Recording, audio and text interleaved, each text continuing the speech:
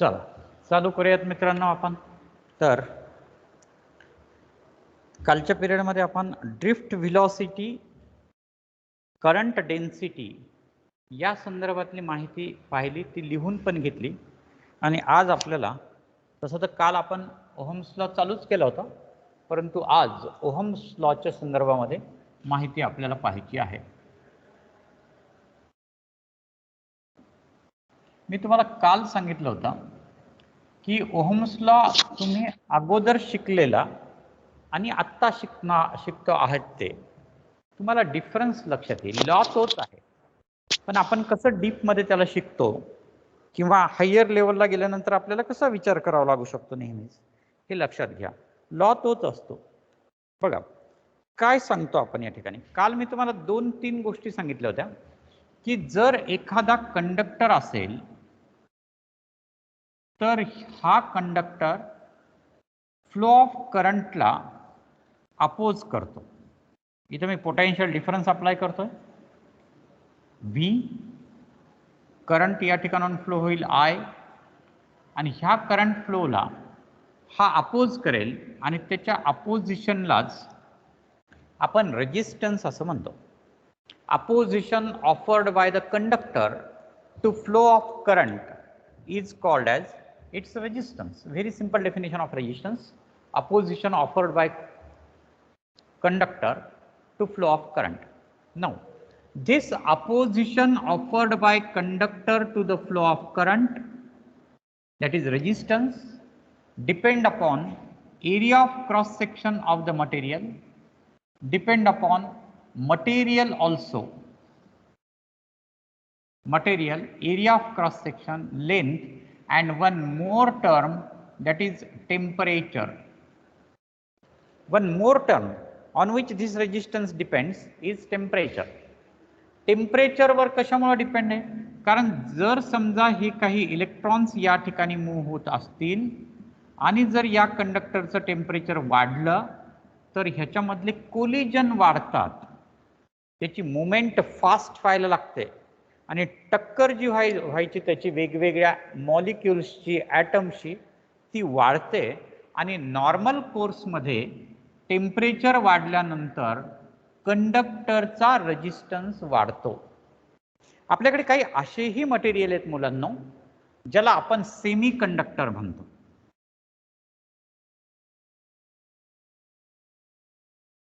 Semi conductors हे अशा प्रकारचे काही मटेरियल्स आहेत की टेम्परेचर वाढलं की याचा रेजिस्टन्स कमी होतो. टेम्परेचर वाढलं, रेजिस्टन्स कमी. पण कंडक्टर हे असे मटेरियल आहेत याच्यात जर टेम्परेचर वाढलं तर रेजिस्टन्स वाढतो. ॲरोकडे लक्ष द्या. डाऊनवर arrow indicates decrease in the value, अपवर arrow indicates increase in the value, असं आपण त्या ठिकाणी म्हणू शकतो. तर त्या ठिकाणी टेम्परेचर वाढलं, रेजिस्टन्स कमी, टेम्परेचर वाढलं, रेजिस्टन्स जास्त. Depends upon the material. Semiconductor बद्दल आपण काहीच माहिती सध्या पाहणार नाही आहोत. सेमीकंडक्टर नावाचा एक टॉपिक आपल्याला 12वीला शिकायचा आहे. 11वीला याच्याबद्दलची काहीच माहिती आपल्याला पाहण्याची गरज नाही आहे. तर त्यामुळं त्याला बाजूला ठेवा. आपण फक्त इथं कंडक्टरचा विचार करूयात, कारण आपल्याला हे सगळं कंडक्टरशी रिलेटेड पाहायचं आहे. तर आपल्याला या ठिकाणी लक्षात येईल की रेजिस्टन्स हा या गोष्टीवर अवलंबून आहे. Resistance is depend upon material. कारण की एवढ्याच लांबीचा आणि जाडीचा कॉपरचा तुकडा घेतला आणि त्याच्याऐवजी आपण ॲल्युमिनियम घेतला तर प्रत्येकाचं रेजिस्टन्स वेगवेगळं येतं. म्हणजे ते मटेरियलवर अवलंबून आहेच. टेम्परेचर तर आपण बघितलंच. आणि एरिया वाढला की रेजिस्टन्स कमी होतो आणि लेंथ वाढली की रेजिस्टन्स वाढतो. हेही आपण काल बघितलं. ह्या ज्या सगळ्या गोष्टी आहेत फिजिकल आहेत. मटेरियल, कोणतं मटेरियल घ्यायचं ते आपण ठरवू शकतो. एरिया किती घ्यायचं ते आपण ठरवू शकतो. लेंथ कमी जास्त करू शकतो. टेम्परेचर कमी जास्त करू शकतो किंवा कधी कधी होतं पण.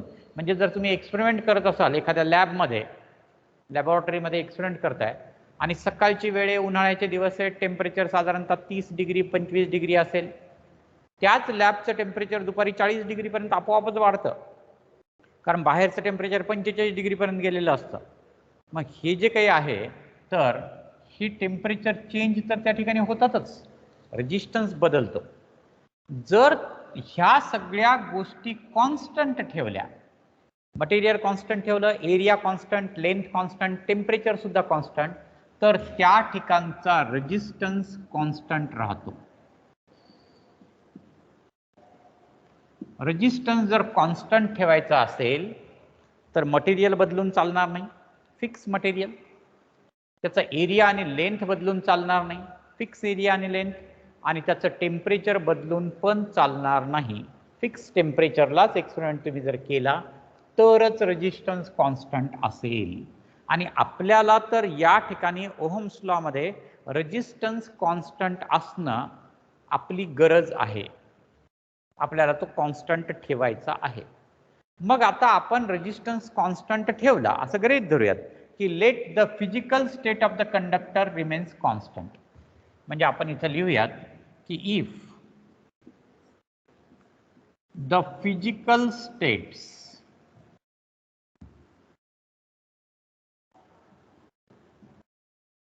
कोणत्या कोणत्या फिजिकल स्टेट, मटेरियल, एरिया आणि लेंथ. एरिया आणि लेंथला आपण डायमेन्शन असं पण म्हणू शकतो, डायमेन्शन्स दोन्हीला मिळून. आणि टेम्परेचर या झाल्या physical state. If the physical state of conductor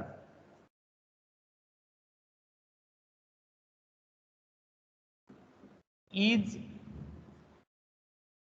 kept constant, then current flowing through conductor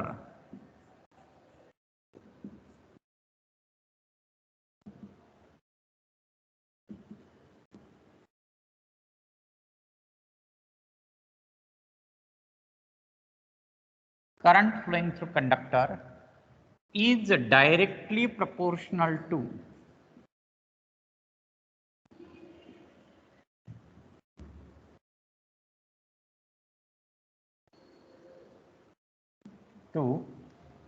applied potential difference.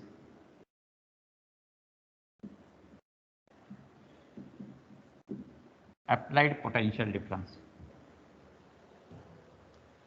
पहा, दिस इज ओहम्स लॉ. काय सांगतो ओहम्स लॉ? पदार्थाची भौतिक अवस्था कायम ठेवली तर, पदार्थाची भौतिक अवस्था म्हणजे फिजिकल स्टेट, म्हणजे मटेरियल, टेम्परेचर, डायमेन्शन्स, लेंथ आणि एरिया, याला जर कॉन्स्टंट ठेवलं, म्हणजेच थोडक्यात रेजिस्टन्स जर कॉन्स्टंट ठेवला तर त्यामधून जाणारा करंट हा विद्युत दाबाशी, पोटेन्शियल डिफरन्स म्हणजे विद्युत दाब, विद्युत दाबाशी समानुपाती असतो, डायरेक्ट प्रोपोर्शनल, समानुपाती असतो. म्हणजे आपण ही स्टेटमेंट लिहिली, if the physical state of the conductor is kept constant और remains constant, then the current flowing through the conductor is directly proportional to applied potential difference. म्हणजे आपण या ठिकाणी असं लिहू शकतो, V is directly proportional to I. जर resistance constant असला आणि व्होल्टेज वाढवलं, करंट वाढतो, व्होल्टेज कमी केलं, करंट कमी होतो. V is directly proportional to I असं आपण या ठिकाणी लिहू शकतो. म्हणजेच याला आपण लिहू शकतो V is equal to R into I, where R is the constant. Proportionality constant आपण म्हणतो, म्हणजे प्रपोर्शनॅलिटी साईन जर काढून टाकायचं असेल आणि इक्वल टू साईन जर त्या ठिकाणी अप्लाय करायचं असेल तर आपल्याला एक कॉन्स्टंट ठेवावा लागतो. आणि या ठिकाणी काय कॉन्स्टंट ठेवावं लागणार आहे, तर रेजिस्टन्स कॉन्स्टंट ठेवावं लागेल. त्याचं रेजिस्टन्स आपल्याला कॉन्स्टंट ठेवावं लागेल तरच हे सगळं होईल. म्हणून प्रोपोर्शनॅलिटी कॉन्स्टंट R असं आपण म्हणतो. आणि यालाच आपण म्हणालेलो आहोत ohm's law. V is equal to IR is ohm's law.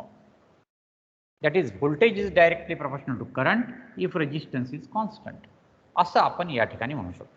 मग जर आपण याचा ग्राफ काढला, आपण काय करूयात, याचा ग्राफ काढूयात. कशा कशामध्ये ग्राफ काढायचा आपल्याला, तर आपण हा ग्राफ हा व्होल्टेज आणि करंट यामध्ये काढूया. म्हणजे एक्स ॲक्सिसला आपण व्होल्टेज घेऊयात आणि वाय ॲक्सिसला आपण करंट घेऊ. उलट केलं तरी चालतं, तसं काय नाही. व्होल्टेज आणि करंट. कुणाचं माईक चालू आहे बघा रे, माईक ऑफ करून टाका, डिस्टर्ब होतोय. तर व्होल्टेज आणि करंट ह्याचा जर ग्राफ काढला आणि आपण सांगितलं की या ठिकाणी हे 10 व्होल्ट, 20 व्होल्ट, 30, 40, 50, 60, 70, 80 असं व्होल्टेज लावलं आणि आपण 1, 2, 3, 4, 5, 6, 7, 8 असा करंट घेतला, तर आपण त्या ठिकाणी हा graph passing through origin straight line येतो असं आपल्याला या ठिकाणी सांगता येतं.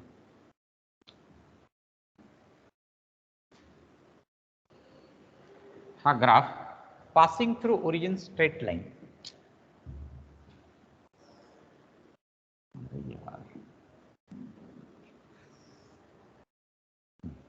असा ग्राफ हा passing through origin straight line येईल. This is the graph for Ohm's law.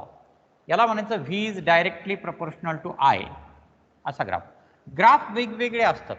जर समजा ग्राफ हा असा आला म्हणजे ही व्हॅल्यू वाढतीये, एक्स ॲक्सिस वरची व्हॅल्यू वाढतीये आणि वाय ॲक्सिस वरची व्हॅल्यू कमी होतीये, ह्याला इनव्हर्स प्रपोर्शनल ग्राफ म्हणायचं. इनव्हर्स प्रपोर्शनल हा डायरेक्ट प्रपोर्शनल ग्राफ आहे, कारण की यामध्ये V is directly proportional to I आहे. व्ही वाढलं आय वाढतं, व्ही वाढलं आय वाढतं, त्याला डायरेक्ट प्रपोर्शनॅलिटी म्हणायचं. आणि हा जो मी दाखवला होता इनव्हर्स प्रपोर्शनॅलिटीचे ग्राफ, वेगवेगळ्या प्रकारचे ग्राफ असतात. हे झाली आयडियल केस. आयडियल केस म्हणजे काय? सगळं काही एकदम व्यवस्थित आहे, बरोबर चाललेलं आहे, आर कॉन्स्टंट आहे, व्होल्टेज वाढतं आहे, करंट वाढतो आहे वगैरे वगैरे. प्रॅक्टिकली तसं होत नाही. प्रॅक्टिकली काय प्रॉब्लेम येतो की आपल्याला हा जो पुढचा जो पार्ट आहे ह्या ग्राफचा, हा थोडासा असा बेंड होतो, थोडा बेंड. म्हणजे हा ग्राफ सरळ येण्याच्या ऐवजी असा जातो, स्ट्रेट राहत नाही. म्हणून आपण हा ग्राफ करत असताना त्याच्या फक्त स्ट्रेट लाईनचाच विचार करायचा, बाकीचा विचार करायचा नाही. जिथपर्यंत स्ट्रेट लाईन आहे तेवढाच आपण विचार करायचा आणि त्याच्यासाठी सांगायचं की याच्यापेक्षा जास्त झालं तर असं होत नाही, बस याच्यापेक्षा जास्त झालं तर तो ग्राफ स्ट्रेट लाईन काही येत नाही, तिकडे तिकडे चाललेला आहे तो, अलॉंग वाय ॲक्सिस चाललेला, म्हणजे करंट काही वाढत नाही आहे त्या ठिकाणी, असं काहीतरी होतंय तिथं, तर त्याचा विचार करायचा गरज नाही. मग ह्या ग्राफचा जर आपण स्लोप काढला, रेषेचा चढ काढला, तर तो आपल्याला काय होतो की या ठिकाणी ही चेंज इन करंटची व्हॅल्यू मिळेल डेल्टा आय, म्हणजे चेंज इन करंट, आणि ही जी व्हॅल्यू मिळेल ती चेंज इन व्होल्टेजची व्हॅल्यू मिळेल डेल्टा व्ही. मग याचा जर ग्राफ काढला आपण, समजा आता आपण इथं 10, 20 असं लिहिलं आणि इथं 1, 2 असं लिहिलं, तर ही 2 व्हॅल्यू आहे, ही 3 व्हॅल्यू आहे, सॉरी ही 5 व्हॅल्यू आहे, 3, 4, 5. म्हणजे ह्यातला डेल्टा आय किती होईल? 3 होईल. आणि ही व्हॅल्यू आहे साधारणतः आपण इथं लक्षात घेऊ बरं का, त्याला सोयीसाठी म्हणून 20 आणि 30, 40, ही व्हॅल्यू 40. म्हणजे डेल्टा व्ही किती होईल या ठिकाणी? तो होईल 20. म्हणजे इथं जर आपण ग्राफ काढला तर delta I divided by delta V is equal to 3 divided by 20 असं आपण लिहू शकतो. याला जर आपण उलट केलं, delta V divided by delta I उलट केलं, तर इकडे पण उलट करावं लागेल, 20 डिवायडेड बाय 3 आणि ही व्हॅल्यू येते V divided by I is equal to R, 6.66 ohm अशी ती व्हॅल्यू आपल्याला मिळेल. जे काही कॅल्क्युलेशन नाही येईल ते येईल, इज इक्वल टू 6.66 ओहम. असं आपण या ठिकाणी याचं कॅल्क्युलेशन पण करू शकतो आणि व्हॅल्यू ऑफ रेजिस्टन्स आपण फाइंड आउट करू शकतो. एखाद्या रेजिस्टन्सची जर व्हॅल्यू आपल्याला काढायची असेल तर आपण ती ओहम्स लॉच्या साह्यानं काढू शकतो. याला म्हणायचं ओहम्स लॉ. बरोबर आहे. पुन्हा एकदा बघा काय काय शिकवलं मी तुम्हाला या ठिकाणी. पहा, अतिशय महत्त्वाचा लॉ आहे ओहम्स लॉ. आपण असं बघितलं की एखादा कंडक्टर जर आपण कन्सिडर केला, let us consider this is a conductor, apply a potential difference to the conductor. As soon as we apply a potential difference to the conductor, a current can flow through the conductor. but still when the current flow through the conductor opposes to flow of current, that is called as resistance, and this resistance is considered to be R. त्याला आपण resistance R असं आपण म्हणतो. हा resistance कशावर अवलंबून आहे? This resistance is depend upon material, dimensions and temperature. If we keep all these quantities are constant, we can say that resistance of material is constant. And once we can keep the physical state of the physical state constant, that is resistance constant, in that case we can write applied potential difference is directly proportional to current. This is Ohm's law. That means so long as the physical state of the conductor remains same or kept constant, then the current flowing through the conductor is directly proportional to applied potential difference. असं आपल्याला लिहिता येतं. V is directly proportional to I. याचा graph पण आपण काढला. ग्राफच्या काही व्हॅल्यूज आपण कन्सिडर केल्या, 1 2 3 4 करंट कन्सिडर केले, 10 20 30 40 व्होल्टेज कन्सिडर केले, त्याचा स्लोप आपण काढला, अंदाजे उत्तर आपण काढलं, तर रेजिस्टन्सची व्हॅल्यू या ठिकाणी मिळते. That means ohm's law is very basic law from electricity and which is use to find out the value of resistance. Not only resistance, if we are having three variables, which are these three variables here? We are having three variables, that is V, I and R. If we know any two values of variables, we can find out the third value. Ohm's लॉच्या सहाय्याने कोणत्याही दोन गोष्टीची माहिती असेल, V is equal to I R आपण लिहिलेलं आहे. समजा तुम्हाला I आणि R माहित झालं, V काढता येईल. I आणि V माहित झालं, R काढता येईल. R आणि V माहित झालं, I काढता येईल. कोणते पण थ्री व्हेरिएबल्स त्या ठिकाणी आहेत. If we know any two values of the variables, we can find out the value of third variable using Ohm's law. Very simple law. आता या ठिकाणी आपण रेजिस्टन्सचा विचार करू आणि त्यामध्ये रेजिस्टन्सचा विचार करू की 1 ओहम रेजिस्टन्स कशाला म्हणायचं. 1 ओहम रेजिस्टन्स कशाला म्हणायचं. समजा माझ्याकडे 3 कंडक्टर आहेत. हा पहिला, हा दुसरा, हा तिसरा. काही लहान आहेत, काही मोठे आहेत, काही जाड आहेत, काही बारीक आहेत, काही लांब आहेत, काही कमी लांबीचे आहेत. 3 कंडक्टर आहेत. नॅचरली मटेरियल पण वेगवेगळे आहेत. एखादा ॲल्युमिनियमचा असेल, एखादा कॉपरचा असेल, एखादा सिल्वरचा असेल, एखादा गोल्डचा असेल. म्हणजे रेजिस्टन्सेस वेगवेगळे आहेत. मग आता रेजिस्टन्स कसं मोजायचं ते तर आपण ठरवलं, परंतु basically physics is the science of measurement. आपल्याला या फिजिक्समध्ये वेगवेगळ्या गोष्टी मोजायच्या असतात. भरपूर फिजिकल क्वांटिटीज तुम्ही शिकणार आहात की जे आतापर्यंत तुम्ही शिकलेले नाही आहात ह्या 2 वर्षामध्ये, आणि त्या सगळ्या फिजिकल क्वांटिटी आपल्याला मोजायच्या आहेत. बरोबर आहे. त्या सगळ्या फिजिकल क्वांटिटी आपल्याला मोजायच्या. मग आता आपल्याला काय करावं लागेल, रेजिस्टन्स पण मोजायचं आहे ना. मग आपण इथं तर एक्सपेरिमेंट बघितला, व्होल्टेज अप्लाय करायचं, करंट मोजायचा, रेजिस्टन्स कॅल्क्युलेट करायचा. पण त्याच्यातही 1 ओहम रेजिस्टन्स कशाला म्हणायचं, कारण की रेजिस्टन्सची सुरुवातच 1 पासून होणार आहे. कोणत्याही गोष्टीची सुरुवात 1 पासून होते.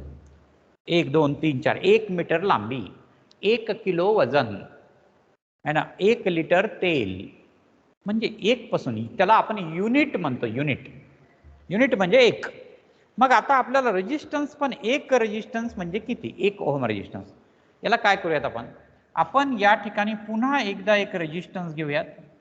हा कंडक्टर ज्याचा रेजिस्टन्स आपल्याला माहित नाही, आणि या कंडक्टरला आपण 1 व्होल्ट पोटेन्शियल डिफरन्स अप्लाय करू. 1 व्होल्ट. 1 व्होल्टची बॅटरी लावली आणि याची लांबी रुंदी अशी बदलली. मटेरियल बदललं, लांबी बदलली, रुंदी बदलली, लांब छोटा मोठा वेगळ्या मटेरियलचा कंडक्टर घेतला आणि अशी व्हॅल्यू काढली की ज्यामधून फ्लो होणारा करंट 1 एम्पियर असेल. 1 व्होल्ट अप्लाय केला, 1 एम्पियर करंट फ्लो झाला. त्या केसमध्ये R is equal to V divided by I या फॉर्म्युल्याप्रमाणे आपण लिहू शकतो 1 volt divided by 1 ampere, therefore R is equal to 1 ohm. त्या कंडक्टरच्या रेजिस्टन्सला 1 ओहम रेजिस्टन्स असं आपण म्हणू शकतो. R is equal to 1 ohm. When we apply a potential difference of 1 volt across the resistance and it allow to flow the current of 1 ampere through it, त्याच्यामधून जर आता त्या ठिकाणी 1 एम्पियर करंट फ्लो होत असेल तर, if we apply a potential difference of 1 volt and after the application of potential difference of 1 volt the resistance will allow to flow the current of 1 ampere through it. Resistance control करणारे करंटला, resistance वाढला current कमी होईल, resistance कमी झाला current वाढेल, पण तो असा आहे की त्यामधून 1 एम्पियर करंटला तो फ्लो होऊ देतो. In that case the resistance of conductor is said to be 1 ohm. त्या रेजिस्टन्सला मग आपण 1 ओहम म्हणतो. मग असं रेजिस्टन्स आपण कोणत्याही मटेरियलचं तयार करू शकतो. कॉपरचा 1 ओहम रेजिस्टन्स तयार करू शकतो, ॲल्युमिनियमचा तयार करू शकतो. लांबी रुंदी वाढवायची, आपल्याला माहिती आहे लांबी रुंदी वाढवली की रेजिस्टन्स कमी जास्त होतो आणि त्याप्रमाणे आपण त्या ठिकाणी 1 एम्पियर करंट फ्लो होईल असा जर रेजिस्टन्स घेतला तर त्या रेजिस्टन्सची किंमत 1 ओहम असते असं आपण म्हणतो. तर हा झाला कंप्लीट ओहम्स लॉ. सिंपल आहे. तर आता या ओहम्स लॉच्या संदर्भात तुमची काही अडचण असेल तर मला विचारा, नाहीतर मग आपण आता हा पार्ट लिहून घेऊयात 10 मिनिटांमध्ये आणि मगच आपण पुढचा पार्ट चालू करू. हां बोला सर. एक्झाम्पल घ्या ना. एक्झाम्पल कशाचं? ओहम्स लॉचं. ओहम्स लॉचं एक्झाम्पल काय देणार आपण? आता हेच एक्झाम्पल आहेत ना. जर मी समजा या ठिकाणी वेगवेगळे रेजिस्टन्स घेतले, त्याला वेगवेगळं व्होल्टेज अप्लाय केलं तर वेगळ्या व्होल्टला वेगळा करंट फ्लो होईल आणि मग वेगळं रेजिस्टन्स असेल. ओहम्स लॉचं एक्झाम्पल म्हणजे मला लक्षात येत नाही तुम्हाला काय म्हणायचं ते. न्यूमरिकल म्हणताय क्वेश्चन. न्यूमरिकल म्हणजे उदाहरण घ्यायचे का? एक्झरसाइज पाहिजे का तुम्हाला? नाही, एक डेमोसाठी असं क्वेश्चन द्या म्हणते तू. हां डेमोसाठी क्वेश्चन. अरे हेच प्रश्न आहेत ना. हेच म्हणजे याच्यात अरे खूपच सोपं ना. हेला काय एक्झाम्पल देणार? अरे बघा आपल्याला फॉर्म्युला काय तयार झालाय? आपल्याला फॉर्म्युला झालाय V is equal to IR. आपण याच्यात एक्झाम्पल काय म्हणणार की what will be the value of resistance if the current of 1 ampere flow through it when the application of potential difference is 2.5 volt. Find out the value of resistance. V is equal to IR. Very simple. प्रत्येक कारण आपण दुसरं काही शिकलोच नाही ना. आपण फक्त एकच इक्वेशन शिकलो, R is equal to V by I. त्याच्यामुळे मी अगोदर सांगितलं ना तुम्हाला की कोणत्याही 2 व्हॅल्यू माहीत असले की आपण तिसरी कॅल्क्युलेट करू शकतो. त्याच्यात काही एक्झाम्पल वगैरेची गरज नाही. इतके सिंपल एक्झाम्पल आपल्याला कोणी विचारत नाही. खूप चांगले एक्झाम्पल्स आपल्याला घ्यायचे आहेत है ना. ज्यावेळेस आपण हा थोडासा पार्ट आणखीन 1-2 बीट पोहूयात आणि तेवढा पार्ट झाला की आपण मग डायरेक्ट MCQ आणि प्रॉब्लेम घ्यायला चालू करू. त्यावेळेस ते व्हरायटीचे प्रॉब्लेम्स येतील. इथं काही नाही आहे. याच्या पुढे आपल्याला एक स्पेसिफिक रेजिस्टन्स आजच काही पार्ट बघायचा आहे, तो म्हणजे फिजिकल सिग्निफिकन्स ऑफ रेजिस्टन्स किंवा ओहम्स लॉ. तर तिथं मग हे एक्झाम्पल्स महत्त्वाचे आहेत. तिथं आपल्याला हे पाहावं लागेल. ओके. इथं काही गरज नाही. कोणत्याही 2 व्हॅल्यू घेतल्या की तिसरी कॅल्क्युलेट करता येते. या 2 घेतल्या तर ही कॅल्क्युलेट करता येते. V आणि R घेतलं I कॅल्क्युलेट करता येते. सिंपल. याच्यात काही एक्झाम्पलची गरज नाही. आणखी काही अडचण आहे? No sir. No sir. Okay. Sir हां उद्याच्या बोला. एक्झाम असतील का? उद्याच्या एक्झामला फिजिक्स सेकंड वर क्वेश्चन असतील का? नाही लक्षात घ्या. तुमचा सिलेबस हा नेहमी सोमवारी डिस्प्ले होत असतो. सोमवारी. रविवारच्या परीक्षेचा सिलेबस सोमवारी डिस्प्ले होत असतो आणि एकदा तो त्या ठिकाणी डिस्प्ले झाला, कधी चुकून समजा मंगळवारी झाला, एवढं काही टेन्शन घ्यायची गरज नाही. पण तुम्हाला 4-5 दिवस अगोदर तुम्हाला सिलेबस मिळतो. त्याच्यामध्ये आपण बदल करत नाहीत. आता कसं आहे, उद्याच्या रविवारी तुमची परीक्षा आहे, ती 100 मार्काची परीक्षा आहे, बरोबर आहे. म्हणजे फिजिक्समध्ये तुम्हाला फिजिक्समध्ये 25 प्रश्न, केमिस्ट्रीत 25 आणि मॅथमध्ये 25 प्रश्न विचारले जाणार आहेत. 100 मार्काची परीक्षा. यामध्ये तुम्हाला सिलेबस दिलेला आहे. तुमच्या ग्रुपवर तो सिलेबसची कॉपी टाकलेली आहे. मी वाचून दाखवलं ना त्या दिवशी तुम्हाला, परवाच्या दिवशी सिलेबस काय आहे ते. त्यावरच परीक्षा होईल. हा जो पार्ट आहे यावर पुढच्या आठवड्यात पण परीक्षा होणार नाही, लक्षात घ्या. पुढच्या आठवड्यामध्ये आपली बोर्ड एक्झामिनेशन फिजिक्स आहे. 2 वर नाही की? ऐका माझं, बोर्ड एक्झामिनेशन आहे पुढच्या आठवड्यामध्ये, आपली बोर्ड एक्झाम आहे. पुढल्या आठवड्यामध्ये काय होणार आहे आम्ही तुम्हाला उद्या किंवा परवा सिलेबस टाकूयात बोर्ड एक्झामचा, की कशावर परीक्षा आपल्याला घ्यायची आहे, त्या परीक्षेचं पॅटर्न कसं असेल. सगळ्या सूचना मीच टाकतो त्या ग्रुपवर, मी टाकेल तुम्हाला सोमवारपर्यंत ह्या सूचना, की बोर्ड. पण तुम्हाला सांगतो आता मी तुम्हाला डायरेक्ट शिकवतो, तर पुढच्या आठवड्यामध्ये तुमची 25 मार्काची बोर्ड एक्झामिनेशन होणार आहे. बोर्ड म्हणजे फिजिक्सचे 25 मार्काची परीक्षा, केमिस्ट्री 25 मार्काची परीक्षा आणि मॅथची 25 मार्काची परीक्षा. ही बोर्ड एक्झाम ही डिस्क्रिप्टिव्ह एक्झाम असते. म्हणजे जशी तुम्ही 10वीला परीक्षा देणार होतात, 9वीला परीक्षा दिली तसं तिथं क्वेश्चन पेपर असतो एक, आणि ह्या पेपरमध्ये सुरुवातीला काही सूचना लिहिलेल्या असतात की पहिला प्रश्न किती मार्काचा, दुसरा प्रश्न किती मार्काचा, त्याच्यामध्ये ABC काय आहेत, टोटल किती मार्काचे प्रश्न असतील, त्याचं सिलेबस पण आपण मंगळवारपर्यंत सांगू तुम्हाला.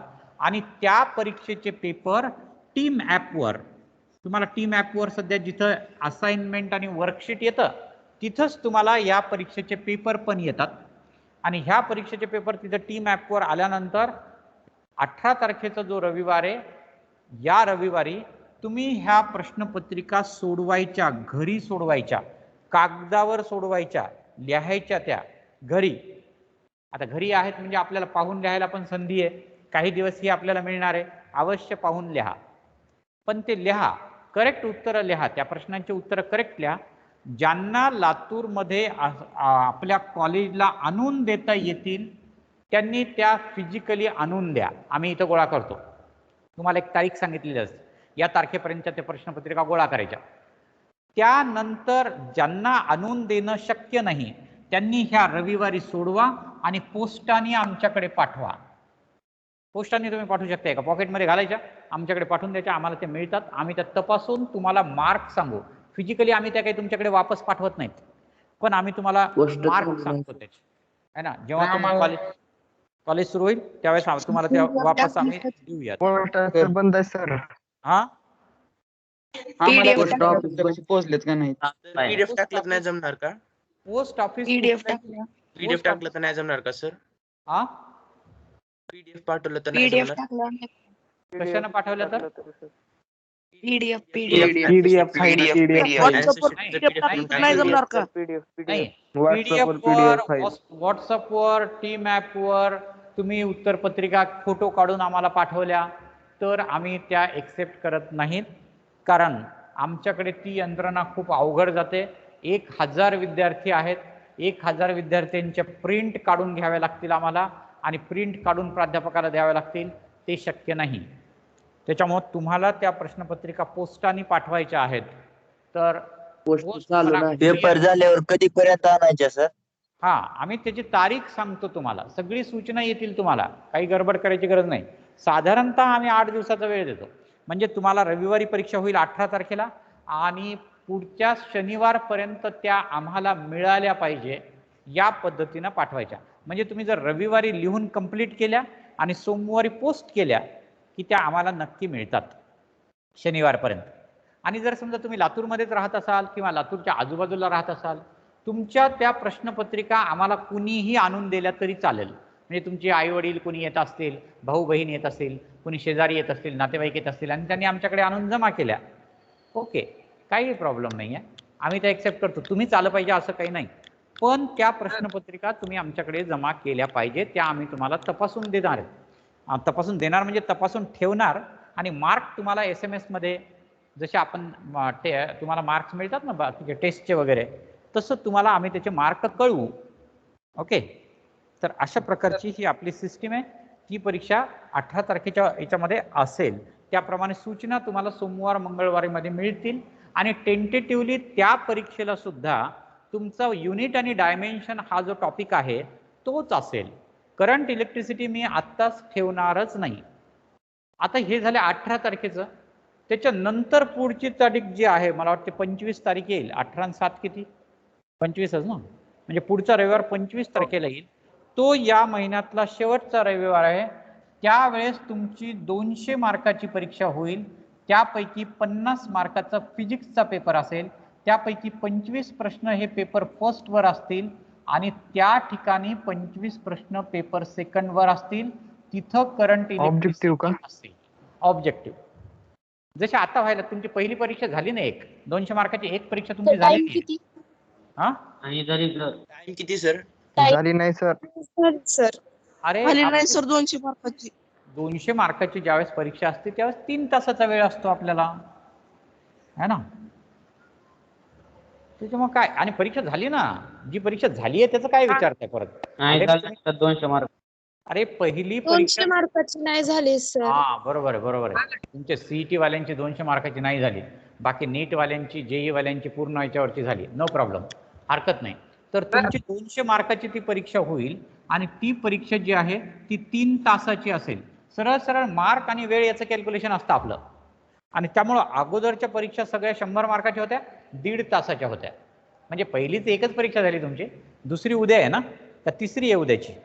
तिसरी आहे. तिसरी हा. तिसरी. थर्ड एक्झाम आहे. तर थर्ड तिसरी, एक्झाम सर. जी आहे ती पण तेवढ्या 1.5 तासाची असेल तुमची. आणि मग ज्यावेळेस ती पूर्ण सिलेबस म्हणजे 200 मार्काची परीक्षा होईल त्यावेळेस त्याला जो वेळ दिलेला असेल तो त्याला दिलेला वेळ हा 3 आवर्स टाइम त्या ठिकाणी आपण दिलेला असतो. सर बोला.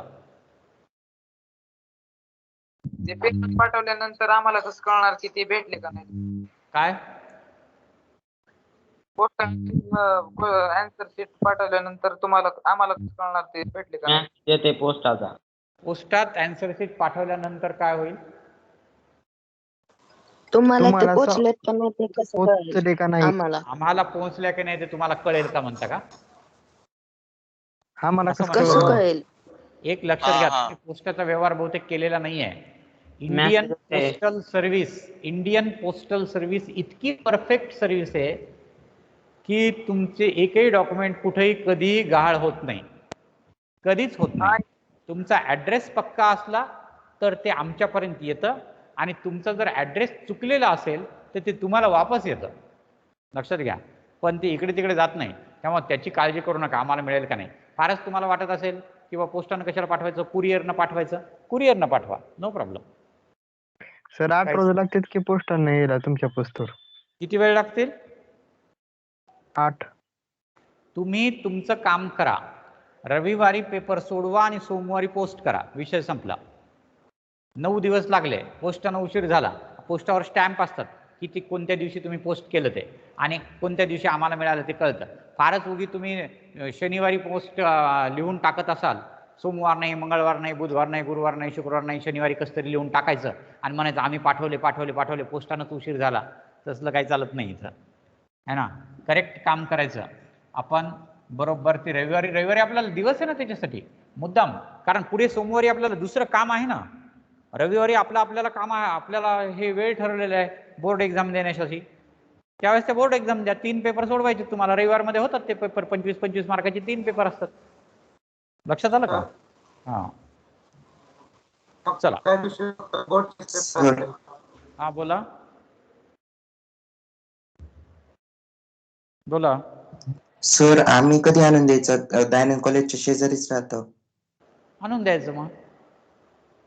कधी सर? सारखं अरे तुम्ही फार गडबड करता, तुम्हाला बिलकुल पेशन्स नाही आहेत. एक तर आपली उद्या परीक्षा नाही, परीक्षा पुढच्या रविवारी. मी तीनदा तुम्हाला सांगतो की या संदर्भातल्या सगळ्या सूचना तुमच्या ग्रुपवर मी टाकणार आहे. मग थोडं थांबा तर खरी की काय सूचना करतात. आणि पुन्हा मी तुम्हाला माझा व्हॉट्सअप नंबर दिलेला आहे, त्याच्यावर पण तुम्ही तुमची अडचण असेल तर मला विचारू शकता. इतकी गडबड का करता? होतील ना एक गोष्ट. शेवटी कंटाळून जातात, एवढ्या परीक्षा होतात आपल्या, है ना. गडबड करू नका. सगळ्या सूचना तुम्हाला विचार करा. जेव्हाच तुम्ही कॉलेजमध्ये प्रवेश घेतला आणि पहिला पिरियड चालू केला त्यावेळेस तुम्हाला याच्यातली कोणतीच गोष्ट माहीत नव्हती की नेमकी सिस्टीम कशी चालते. आम्ही तुमचा पालक मेळावा घेतला, त्याच्यानंतर वर्गात सरांना सांगायला सांगितलं, मग हळूहळू तुमच्या टेस्ट सुरू केल्या, मग तुम्हाला प्लॅन दिला, मग त्याच्याप्रमाणे बोर्डाच्या टेस्ट सुरू करतो आहोत. 1-1.5 महिना तर लागेलच ना ही सिस्टीम तुम्हाला कळायला, है ना. कळते हळूहळू. आणि आपली काय आत्ता एकदम 12वीची परीक्षा नाही आहे ॲन्युअल. ही जी मी 18 तारखेची परीक्षा म्हणजे 12वी ॲन्युअल एक्झाम नाही आहे. ही पहिली परीक्षा आहे बोर्डाची, त्या संदर्भामध्ये तुम्हाला सगळ्या सूचना येतील, काही अडचण नाही. आत्ताचं उद्याचं सांगा, काही अडचण आहे का ते? उद्याच्या परीक्षेच्या संदर्भात काही अडचण आहे का? नाही सर. बघा, आणखीन एक महत्त्वाची गोष्ट आहे, तुम्हाला सांगतो की बऱ्याच जणांजवळ कधी कधी युजर आय डी पासवर्ड नसतात. तसं जे आपलं जे एक्झामिनेशन ॲप आहे ते खूप चांगलं ॲप आहे. त्याच्यामध्ये एकदा तुम्ही लॉग इन होऊन बसलात की तुम्हाला परत परत लॉग आउट किंवा लॉग इन होण्याची गरज नसते. तुम्हाला सरळ सरळ फक्त त्याच्यामध्ये जायचं, क्लिक करायचं, लगेच त्याच्यामध्ये जर आम्ही क्वेश्चन पेपर टाकले असतील तर तुम्हाला टाईम दिसतात. संध्याकाळी साधारणतः 8 वाजल्याच्या नंतर तुम्हाला टाईम दिसतात की तुमची परीक्षा इतके तासानंतर आहे. 1 तास झालं की त्याच्यातला 1 तास कमी होतो. असं करत करत करत तुमच्या परीक्षेची वेळ वगैरे सगळंच तुम्हाला कळतं की किती वेळानंतर आपली परीक्षा आहे. तुम्हाला ती परीक्षा पण देणं सोपं आहे. सगळं एकदम सिस्टमॅटिक आहे, काहीही प्रॉब्लेम तुम्हाला येत नाही. तरीसुद्धा प्रत्येक शनिवारी आम्ही तुमच्या ग्रुपवर एक सूचना टाकत असतो की जर तुम्हाला टेक्निकल काही प्रॉब्लेम असतील तर खालील नंबरवर मेसेज करा. त्या नंबरवर मेसेज करा, ते तुम्हाला रिप्लाय देतात. थोडंसं अगोदर केलं तर रिप्लाय आपल्याला थोडा अगोदर भेटतो. अगदीच परीक्षेच्या वेळेस केलं तर थोडी अडचण होते. तर त्याच्यामुळं तुमची परीक्षा सुरू होणार आहे का, तुमच्या ॲपवर ते पेपर आलाय का, टायमिंग दाखवत आहे का, ह्याची तुम्हाला आता सवय झाली असेल. कारण असं 2दा झालेलं आहे आपलं, आणि ऑलरेडी तुम्ही याच पद्धतीनं परीक्षा देऊन कॉलेजमध्ये आलेले आहात. सुरुवातीचीच परीक्षा, अगदीच तुम्हाला काहीच माहीत नव्हतं त्यावेळेस सुद्धा. आता काय काळजी करायची, आपण तर त्याच्यामध्ये आता एक्सपर्ट झालेलो आहोत. आता एकच काम आहे आपलं, ते म्हणजे अभ्यास करणे, बस. बाकी आता काही अडचण नाही. Okay okay Yes, sir. sir. चला लिहून घ्या. Ohm's law.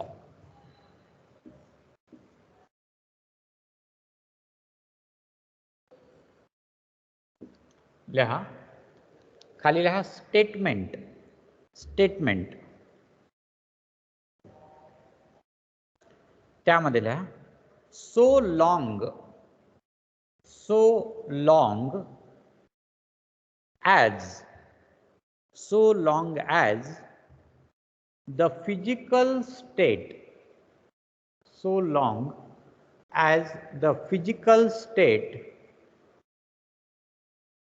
of conductor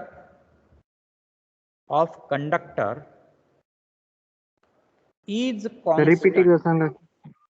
So long as the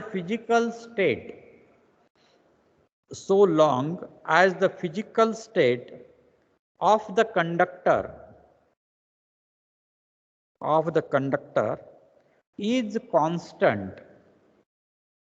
is constant, comma, current flowing through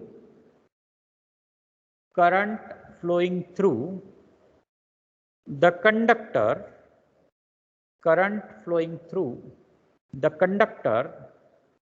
is directly proportional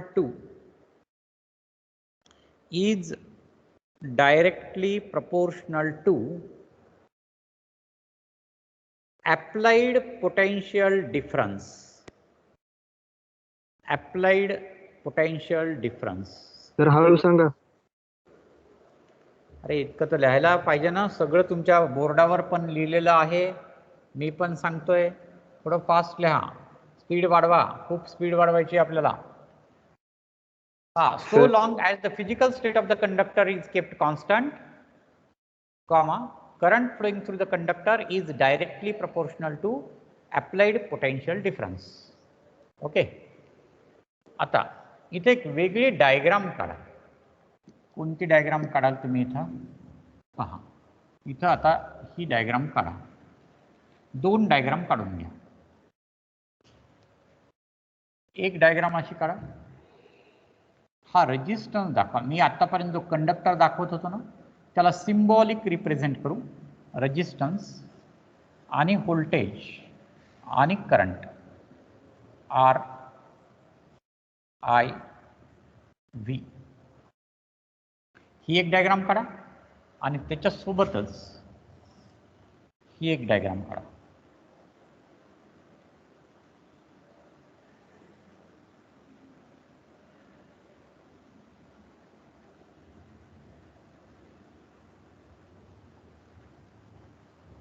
या 2 डायग्राम काढा.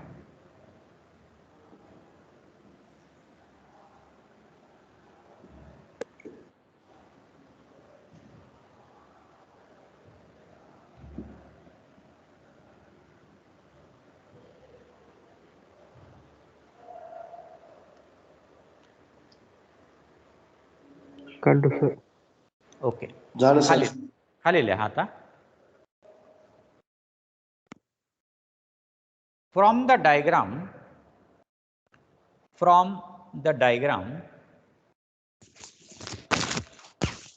using Ohm's law,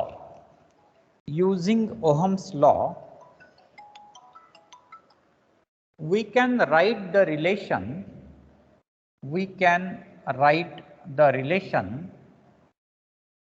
V is directly proportional to I. V is directly proportional to I. Sir double एकदा सांगा. From the diagram, using Ohm's law,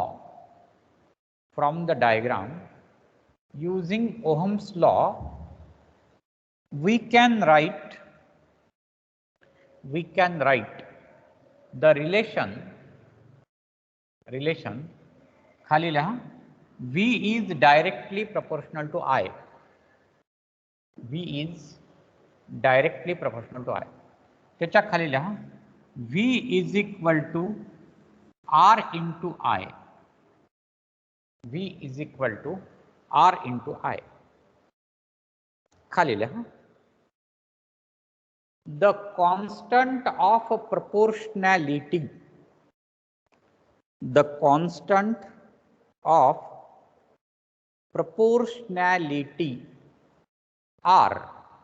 The constant of proportionality R is called as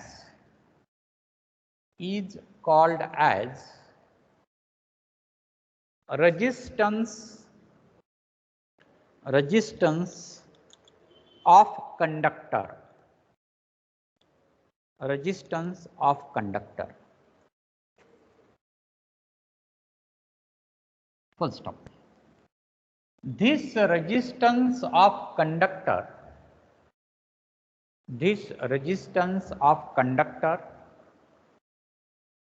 is constant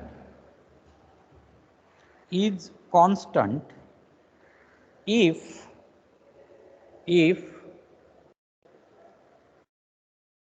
the material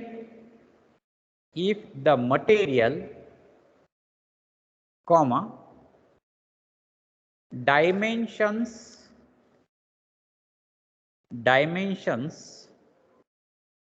and temperature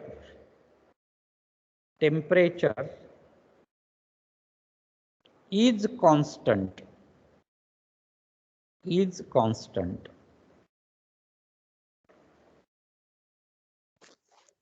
Full stop.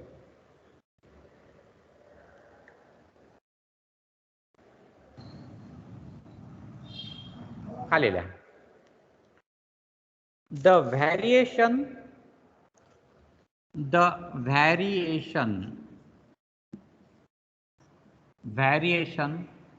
of current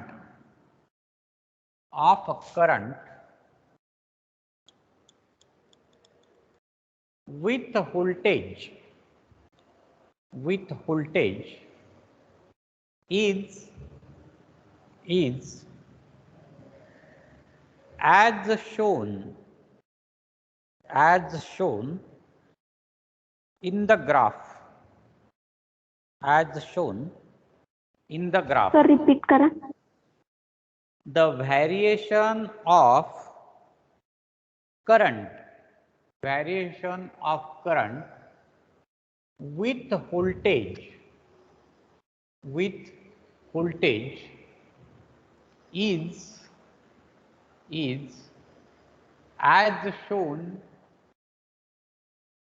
as shown in the graph. या graph मध्ये असं पण एक triangle काढा.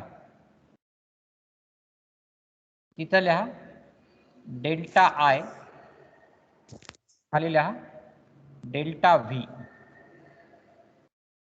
Delta I delta V.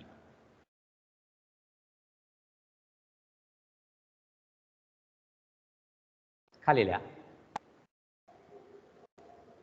the slope of graph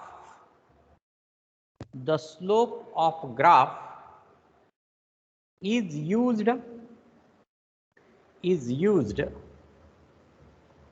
to find out the resistance. The slope of graph is used to find out the resistance. खाली लिहा R is equal to delta V divided by delta R and delta I.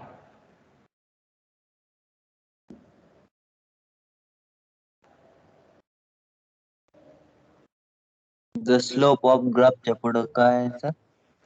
The slope of graph is used to find out the resistance of material, is used to find out the resistance of material. R is equal to delta V divided by delta I असं आपल्याला लिहिता येईल.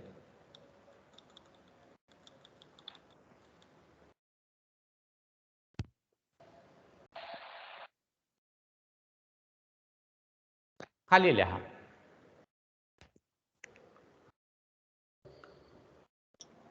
the reciprocal of resistance. reciprocal चं spelling बघा. Reciprocal याचा अर्थ काय? 1 डिवायडेड बाय R म्हणजे reciprocal. Reciprocal of resistance 1 by R is equal to C. Reciprocal of resistance 1 by R is equal to C. Full stop. This value of C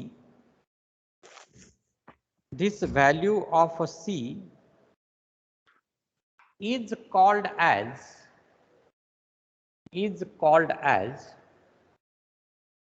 conductance.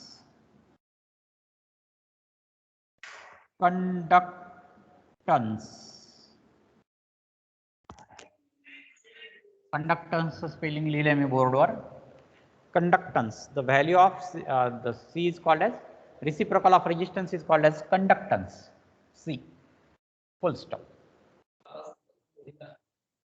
एवढी माहिती ओहम्स लॉच्या संदर्भामध्ये सफिशियंट.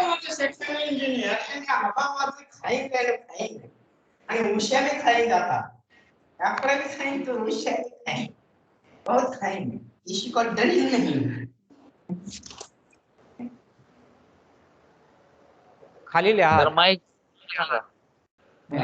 बंद केलाय ते कुणाचा तरी प्रॉब्लेम आला होता, बंद केलाय त्यांनी. खाली लिहा 1 ओहम रेजिस्टन्स. 1 ohm resistance.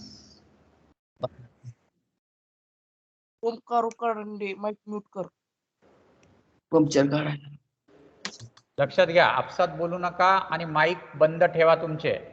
जेव्हा गरज असेल तेव्हाच माईक चालू करत चला. रेग्युलर माईक बंद ठेवा. खाली लिहा 1 ओहम रेजिस्टन्स. त्यामध्ये लिहा the resistance of conductor. The resistance of conductor is said to be said to be म्हणजे आपण त्याला कधी म्हणतो, is said to be 1 ohm when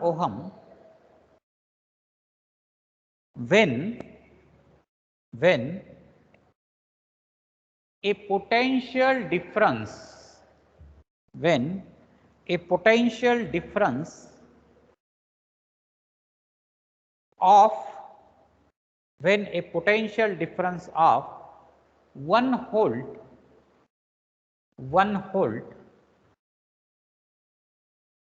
a potential difference of 1 volt applied across it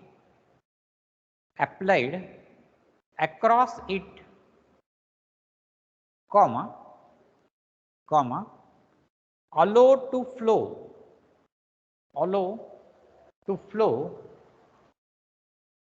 the current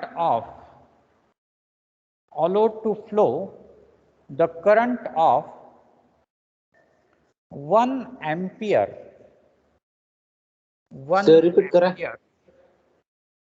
लीट लिहा. खूप slow सांगतोय मी, खूप slow है ना. थोडं लक्ष पण देत चला. म्हणजे आपल्याला इकडे तिकडे लक्ष द्यायचं आणि परत रिपीट करा म्हणायचं नाही. हां, मी जर फास्ट सांगितलं तर ठीक आहे, मला कळतं की बाबा फास्ट झालेलं आहे. कुठपर्यंत लिहिलं तुम्ही? Allow to flow the current of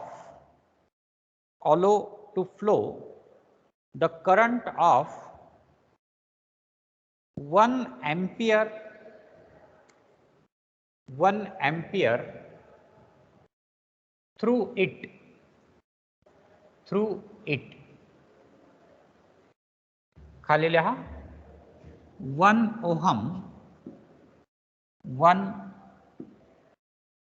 ohm is equal to 1 volt upon 1 ampere. 1 ohm is equal to 1 volt upon 1 ampere. Full stop. आता पहा, इथपर्यंत आपण हा पार्ट आज शिकलेला आहे आणि इथं आपण आज थांबणार पण आहोत, कारण पुढे आपल्याला उद्याच्याला फिजिकल सिग्निफिकन्स ऑफ ओम्सला पुढचं बीट शिकायचं आहे. मी तुम्हाला सांगितलं की पुढचं पण थोडंसं वाचत चला. कन्फ्युजन झालं तरी फायदा होतो, नाही कळालं तरी फायदा होतो. आता तुम्हाला काय काय अडचणी यायल्यात त्याच्या संदर्भामध्ये मी जस्ट 2 मिनिट चर्चा करतो. आता काय होतं की आपले जे विद्यार्थी आहेत हे विद्यार्थी फार कच्चे विद्यार्थी आहेत. सर्वच बद्दल मी बोलत नाही, पण वर्गामध्ये बरेच विद्यार्थी अशा असतात की ज्यांना हे लिहायला फार प्रॉब्लेम येतोय, फार प्रॉब्लेम.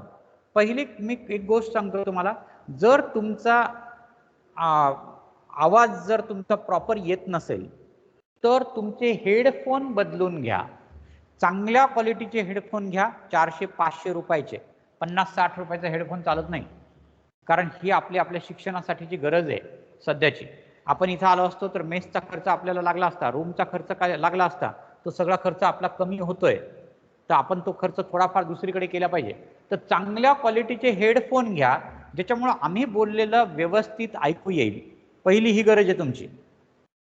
दुसरी गोष्ट, मोबाईलला मोठा आवाज करून शक्यतो ऐकत जाऊ नका, तिथं चांगला आवाज येत नाही. हेडफोन वापरा, है ना, कारण मी मोबाईल बदलायची तुम्हाला सूचना देणार नाही. हेडफोनच बदला, चांगल्या क्वालिटीचा हेडफोन घ्या. दुसरी गोष्ट, तरीसुद्धा चांगलं ऐकू येत असेल तरीसुद्धा पण आपलं लिहिण्यामध्ये खूप चुका होतात. सगळेच विद्यार्थी काही इंग्लिश मिडियमचे नाही आहेत, सगळेच विद्यार्थी काही सेमी इंग्लिशचे पण नाही आहेत. इवन दो सेमी इंग्लिशला असलेल्या विद्यार्थ्यांना सुद्धा इंग्रजीमध्ये हे लिहिण्याचा खूप अडचणी येतात. अशा वेळेस ह्या अडचणी साधारणतः तुमच्या 1 ते 2 टॉपिकपर्यंत राहतात. म्हणजे आता करंट इलेक्ट्रिसिटी होईल, आणखीन एक पुढचा टॉपिक होईल मॅग्नेटिझमचा वगैरे, तिथपर्यंत तुमच्या ह्या अडचणी राहतात. नंतर त्या अडचणी आपोआप सॉल्व्ह होतात, कारण आपण कंपल्सरी लिहित असतो. पण कधी सॉल्व्ह होतील? जेव्हा लिहिताना तुम्ही ते नीट वाचा, एकदा घरी परत एकदा वाचा. वाचल्यानंतर तुमच्या लक्षात येईल की इथले मधले शब्द आपले गेलेले आहेत, मधले स्पेलिंग्स आपले बरोबर येत नाही आहेत. काही सर स्पेलिंग लिहित आहेत पण बरेच स्पेलिंग आपल्याला कळतच नाही आहेत किंवा लक्षात येत नाही आहेत. ते स्पेलिंग दुरुस्त करून घ्या. त्यासाठी मार्केटमध्ये डिक्शनरीज मिळतात, सायन्स डिक्शनरीज आहेत. विद्याभारती पब्लिकेशनची सायन्स डिक्शनरी घ्या. त्या सायन्स डिक्शनरीमध्ये तुमचे वेगवेगळे शब्द असतात, त्या टॉपिकचे शब्द असतात.